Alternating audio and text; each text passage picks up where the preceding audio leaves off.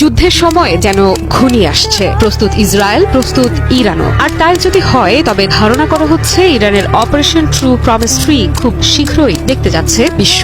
এই অপারেশন হবে আগের থেকেও কমপক্ষে 3 গুণ শক্তিশালী। তো ইরান বদলে গেছে।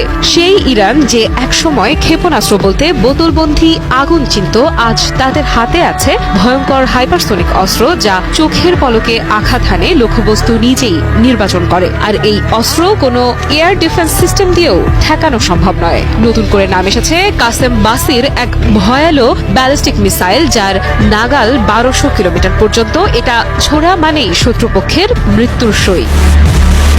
ইরান ঠিক সেটাই করেছে। পাহাড়ের গায়ে মাটির গভীরে গড়ে তুলেছে পৃথিবীর সবচেয়ে বিপজ্জনক আন্ডারগ্রাউন্ড মিসাইল ঘাঁটি।